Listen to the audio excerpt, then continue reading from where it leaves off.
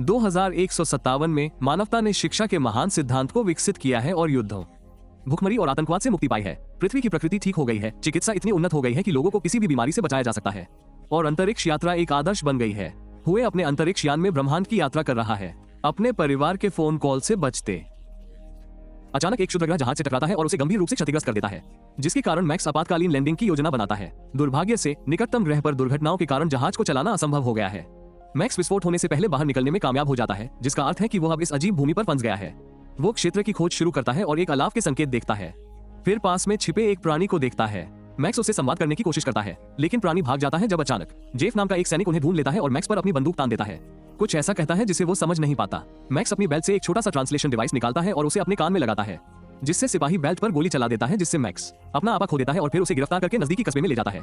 Max हैरान होकर देखता है कि कैसे वो कस्बा धरती का एक भयावह रूप जैसा दिखता है, जैसा उसने इतिहास की किताबों में देखा है।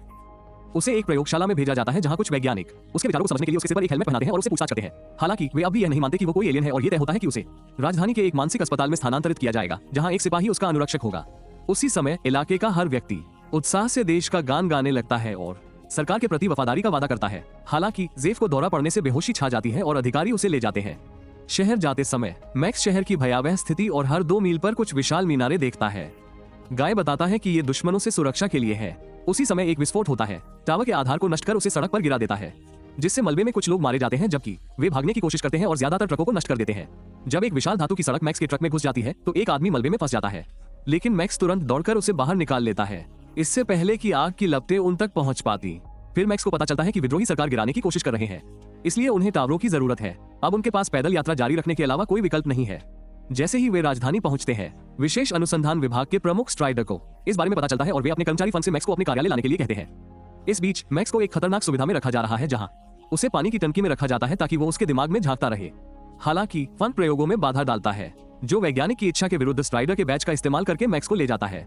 इस बीच सरकारी भवन में राज्य अभियोजक उमनिक भी अपने कर्मचारी से मैक्स से जुड़ी किसी भी खबर पर नजर रखने के लिए कहता है। तभी उमनिक को समय का एहसास होता है और वह अकेले में दौरा पड़ने के लिए अपने बाथरूम में छिप जाता है। उसी समय फंक मैक्स को अपनी कार में ले जा रहा होता है और सड़क बंद पाता है, इसलिए उसे एक नया रास्ता ढूंढना पड़ता है। वो घबरा जाता है क्योंकि उसे समय का एहसास होता है और उसी क्षण उसे दौरा पड़ने लगता है। जैसे ही अधिकारी उसे लेने आते हैं, सभी स्थानीय लोग सरकार के पक्ष में नारे लगाने लगते हैं और मैक्स को साथ न देने के लिए पतित कहते हैं। इस अफरा तफरी का फायदा उठाकर मैक्स तुरंत भाग निकलता है। सरकारी इमारत में पता चलता है कि देश पर एक तानाशाही का शासन है के अधीन है, जिनमें स्ट्राइक और ओमनिक भी शामिल है। जब एक पिता गलती करता है तो उसे तुरंत दूसरे पिता मार देते हैं, जिससे उनकी एक दूसरे के प्रति निर्दयता का पता चलता है। शहर में कुछ देर घूमने के बाद मैक्स एक बार में पहुंचता है और वेट्रेस राडा से मिलता है और जल्दी ही उस पर मोहित हो जाता है। वो एक और ग्राहक को उसके साथ कुछ ज्यादा ही छेड़छाड़ करते हुए भी देखता है, इसलिए मैक्स तुरंत उसे फटकार लगाता है। गुस्से में वो आदमी मैक्स पर अपनी बेट से हमला करने की कोशिश करता है, लेकिन मैक्स तेजी से आगे बढ़ता है और उसे निहत्था कर देता है, जिससे उसका हाथ चोटिल हो जाता है और वो डरकर भाग जाता है। दोपहर के बाकी समय मैक्स और राडा खूब बातें करते हैं। मैक्स उसे पृथ्वी और अंतरिक्ष के बारे में सिखाता है और पता चलता है कि राडा गाय की बहन है। वो मैक्स को अपने घर में रहने के लिए भी आमंत्रित करती है। बाहर निकलते समय पहले वाला ग्राहक बदला लेने के लिए उनका रास्ता रोकता है। उसे वापस ऊपर भी लाया जाता है, लेकिन मैक्स अब भी तेज है और तुरंत उनके हमलों को चकमा दे देता है। फिर वे आदमी उससे हाथापाई करते हैं। हालांकि उनके घुसे मैक्स को मुश्किल से गुदगुदाते हैं और वो उन्हें कुछ ही सेकंड में पीट देता है। फिर गिरोह के बाकी सदस्य बड़े हथियारों के साथ आते हैं, लेकिन संख्या चाहे जितनी भी हो, मैक्स उन सभी से एक साथ लड़ सकता है। अचानक एक आदमी रस्सी से उसका पैर पकड़ लेता है और फिर वे कोड़े से उसकी गर्दन पकड़ लेते हैं। फिर भी मैक्स इन हथियारों का इस्तेमाल दुश्मन को घसीटने और उन्हें पूरी तरह से मार गिराने के लिए करता है। अंत में केवल केन वाला आदमी बचता है और वह मैक्स पर ब्लेड वाला एक छोटा गोला फेंकता है, जो उसे आसानी से चकमा दे देता है। बाद में रोटा के घर पर गाय भी घर आता है और मैक्स को देखकर चौंक जाता है, लेकिन उसे याद आता है कि कैसे उसने उसे बचाया था और उसे रहने की इजाजत देता है। दिन बीतने लगते हैं और मैक्स स्थानीय संस्कृति के बारे में बहुत कुछ सीखता है, जैसे कि टीवी पर उसके विचारों को ऐसे दिखाया जा रहा है जैसे कोई फिल्म हो। स्थानीय लोगों को यह भी सिखाया जाता है कि वे ग्रह के अंदर रहते हैं, उसकी सतह पर नहीं, और दूसरे ग्रह या तारे भी हैं। के खिलाफ युद्ध रोक दिया। टावरों की मदद से डीजेनरेट्स नामक विद्रोहियों। गाय अपने घर की रक्षा के लिए बहुत उत्साहित है और मैक्स को भी गार्ड बनने के लिए आमंत्रित करता है। चूंकि मैक्स के पास कोई पहचान पत्र या दस्तावेज नहीं है, इसलिए गाय को कमांडर चाचू को मैक्स को शामिल होने की अनुमति देने के लिए मनाना होगा। पहले उसे प्रशिक्षण से गुजरना होगा, इसलिए मैक्स सीखता है कि मंत्र और मिशन परीक्षणों में शामिल होता है, जिसके दौरान उसे आग वाले क्षेत्रों से भागना होगा और डीजेनरेट्स को दर्शाने वाले चिन्हों पर गोली चलानी होगी। मैक्स एक अच्छा निशानेबाज है, लेकिन उसका साथी नहीं है, इसलिए मैक्स उसे परीक्षा पास करने के लिए कुछ सुझाव देता है। हालांकि बाद में गाय उसे अकेले में डांटता है और कहता है कि वह ऐसा दोबारा न करे, क्योंकि उनके वरिष्ठ अधिकारी अनुशासन की मांग करते हैं। जब वे घर पर होते हैं तो मैक्स कड़ी मेहनत करता है और गाय उसकी याददाश्त जांचने के लिए नियम पुस्तिका के बारे में उससे सवाल पूछता है।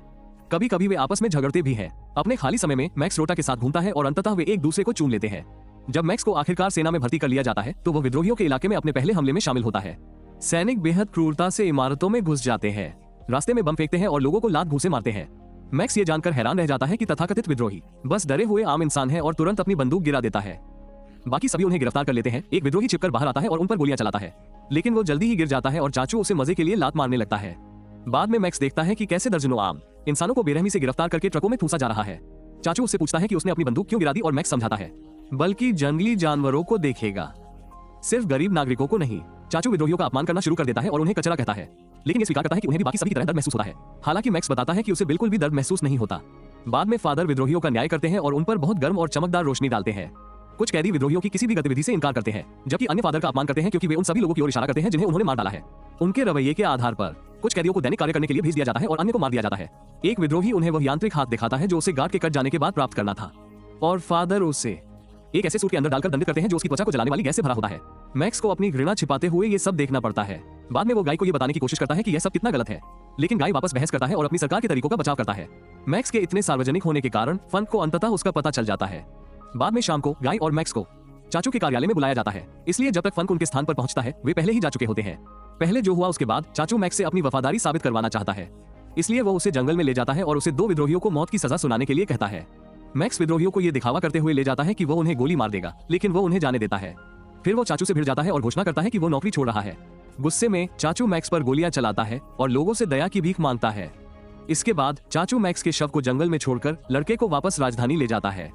इस बीच पिता विद्रोहियों के हमलों को पूरी तरह से खत्म करने के बारे में चर्चा कर रहे हैं।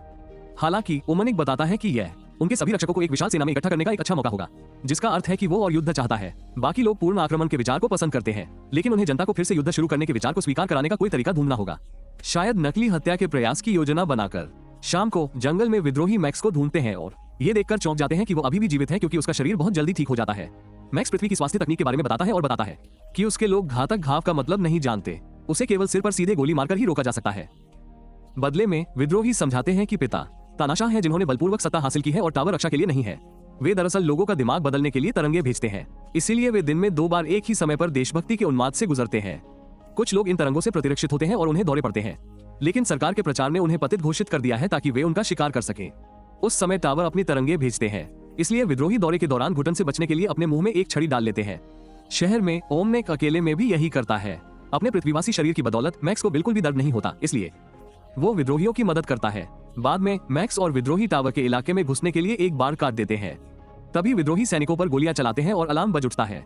मैक्स बिना किसी डर के आती हुई गोलियों से बेखबर होकर पूरे इलाके में दौड़ता है और अपने नंगे हाथों से उसके रास्ते में आने वाले किसी भी सैनिक को मार गिराता है। कुछ विद्रोही मारे जाते हैं और बाकी दीवारों के पीछे छिपकर दुश्मन पर अंत तक गोलियां चलाते रहते हैं। मैक्स टावर के नीचे पहुंचने में कामयाब हो जाता है और बाहर भागने से पहले ढेर सारे बम लगा देता है। वह हर विद्रोही के हुक में रस्सी डालकर उसे बाहर खींच लेता है, चाहे वे जिंदा हो या नहीं। मैक्स की ताकत की बदौलत टावर के विस्फोट से गिर जाने से ठीक पहले जंगल में भागने में कामयाब हो जाता है।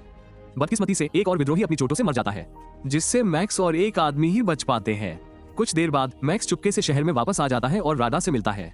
इस बात से अनजान की एक पड़ोसी उसे देख लेता है और अधिकारियों को बुला लेता है। जब गाय घर आता है तो बहस शुरू हो जाती है और गाय मैक्स को बाहर निकालने की कोशिश करता है।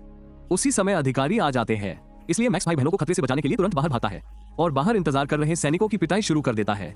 वो तेज और कुशल है, लेकिन दुर्भाग्य से चाचू एक बंधक बना लेता है और मैक्स के पास आत्मसमर्पण करने के अलावा कोई चारा नहीं है। कई कैदियों के साथ जेल में डाल दिया जाता है, जेफ और धातु के हाथ वाले आदमी सहित।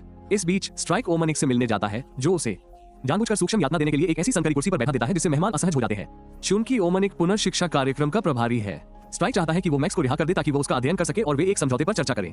हालांकि स्ट्राइक के जाने के बाद ओमनिक मैक्स की प्रोफाइल देखता है और उसे पता चलता है कि उसे दौरे नहीं पड़ते।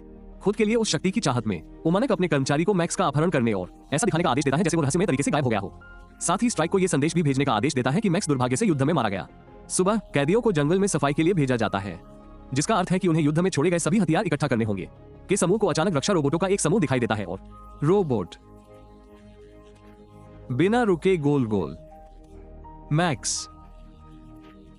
वे तुरंत जमीन पर गिर जाते हैं क्योंकि फिर समूह उस क्षेत्र की खोज जारी रखता है और जेफ मैक्स को उस प्राणी के बारे में बताता है जिसे उसने आते समय देखा था।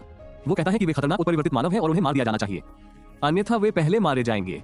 थोड़ी देर भटकने के बाद जेफ अचानक एक छिपे हुए छेद में गिर जाता है, इसलिए मैक्स उसकी मदद करने के लिए कूद पड़ता है। वे भूमिगत सुरंगों की श्रृंखला की खोज करते हैं और चलना शुरू करते हैं जब तक कि उन्हें एक पुरानी परित्यक्त सुविधा नहीं मिल जाती।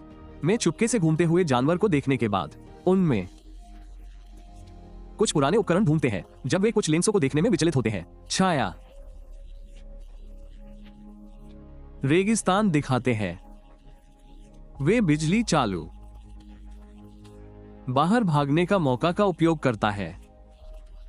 मैक्स जेफ को उसे गोली न मारने के लिए कहता है क्योंकि दोनों जमीन पर मानव हड्डियों को देखकर भयभीत हैं। जानवर हमला करने से पहले बिजली काटने के लिए उपकरण को नुकसान पहुंचाता है। बाद में जब जेफ सो रहा होता है, मैक्स रस्सियों से उतार देता है और जानवर को भागने देता है। जेफ उसे इसके लिए डांटता है, लेकिन मैक्स समझाता है कि यह जीव जानवर नहीं है। अगली सुबह मैक्स और जेफ उस धातु हाथ वाले आदमी से फिर मिलते हैं और उस इलाके की तलाश जारी रखते हैं। पेड़ों के बीच उन्हें लताओं के झुंड में फंसा एक छोटा लाल टैंक मिलता है और जब वे पास जाने की कोशिश करते हैं तो उन पर एक काले टैंक द्वारा हमला कर दिया जाता है जो आजादी से घूम रहा है।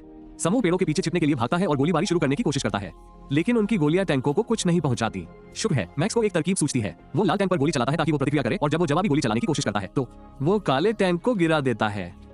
फिर मैक्स उसके नीचे छिप जाता है और पीछे से अंदर घुस जाता है और उसे रोकने के लिए तार काट देता है। दूसरों के साथ खाना खाने के बाद मैक्स घोषणा करता है कि वो भाग रहा है। कैदियों को भागने से रोकने के लिए सीमा पर सुरक्षा उपाय किए गए हैं, लेकिन मैक्स टैंक के अंदर घुस जाता है और उसे दक्षिण की ओर भगा देता है क्योंकि उसके चारों ओर छिपे हुए दिमाग बिना कोई नुकसान पहुंचाए फट जाते हैं। जब उमनिक को पता चलता है कि मैक्स भाग गया है तो वह अपने कार्यालय में गुस्से से भर जाता है। आखिरकार मैक्स को सड़क पर पहरा दे रहे कुछ सैनिक मिलते हैं और पास में फांसी दिए गए विद्रोहियों को देखकर घृणा होती है। वो टैंक के अंदर छिपने की कोशिश करता है, लेकिन नियम कहते हैं कि हर वाहन की तलाशी लेनी होगी। मैक्स मुस्कुराता है जब वो सैनिक को लड़के के रूप में टैंक पर कूदते देखता है और तुरंत उसे अंदर खींच लेता है। आगे बढ़ने से पहले गेट को नष्ट कर देता है और अन्य सैनिकों की गोलीबारी को अनदेखा करता है क्योंकि वे टैंक को नुकसान नहीं पहुंचा सकते। जैसे ही वे अज्ञात भूमि को पार करते हैं, लिए फांसी दी जा सकती है और भागने की कोशिश करता है, लेकिन मैक्स